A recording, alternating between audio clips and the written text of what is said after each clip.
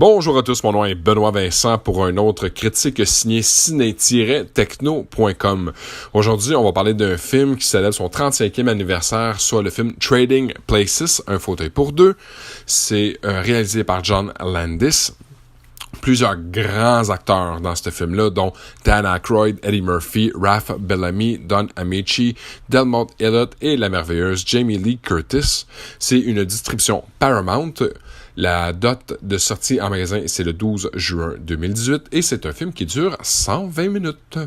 Grosso modo, résumé de l'histoire, c'est un homme noir qui vit dans la rue, qui est un arnaqueur, un homme blanc qui vient d'une grande famille dont il est riche, et deux individus vont décider de partir un pari qui va permettre de savoir, de découvrir si on inversait ces gens-là, est-ce qu'ils arriveraient au même endroit dans la vie? Alors, si on prenait l'homme noir et on le mettait dans une situation de richesse, est-ce qu'il deviendrait lui aussi un très grand exécutif multimillionnaire?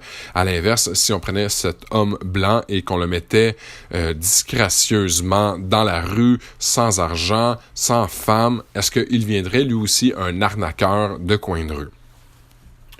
C'est le 35e anniversaire et c'est pas pour rien qu'on le célèbre, c'est parce que c'est un chef-d'œuvre de l'époque.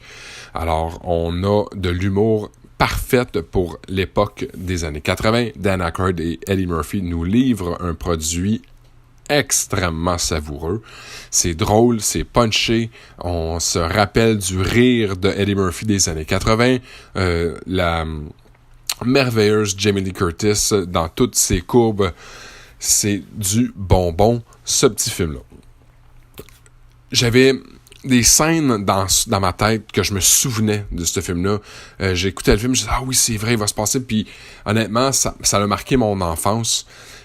Justement parce que c'est punché, justement parce que c'est bien écrit, c'est bien scénarisé, justement parce que on s'attache rapidement au personnage, parce qu'on veut comprendre, mais voyons, qu'est-ce qui peut bien arriver à Dan Aykroyd, qui lui va passer là, par une série d'épreuves, puis Eddie Murphy, lui, est-ce qu'il va devenir ce grand exécutif-là, s'il est placé dans les chaussures permettant de le devenir?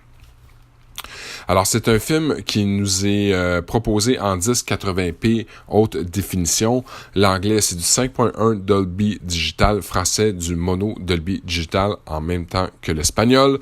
Nous avons les sous-titres anglais, français et espagnol. Il y a plusieurs suppléments qui sont proposés, dont les coulisses de tournage qui nous permettent d'en savoir un peu plus sur la réalisation de ce film-là. Échanger des histoires, des entrevues qui ont été faites il y a 20 ans de ça, qui n'ont jamais été réécoutées depuis. Quelques scènes supprimées, costumes et personnages, ça nous permet un peu de mieux voir les années 80, comment ça se passait. L'élément promotionnel de l'industrie, dans le fond, dans le temps, quand ils faisaient de la pub pour ces films-là, comment ça se passait. Alors, c'est clair que je vous propose d'écouter ce film-là si vous voulez vivre la nostalgie des années 80 à son meilleur. C'est vraiment en même temps que Le Prince à New York. C'est cette gamme de films-là. Pas longtemps après, il est venu Ghostbusters. C'est vraiment une merveilleuse époque à redécouvrir. Avec ce film-là, ça nous offre une super belle fenêtre temporelle. Et encore une fois, je peux pas nier à quel point Dan Aykroyd et Eddie Murphy sont parfaits pour ces rôles-là. Alors encore une fois, mon nom est Benoît Vincent pour une critique signée ciné-techno.com. Merci.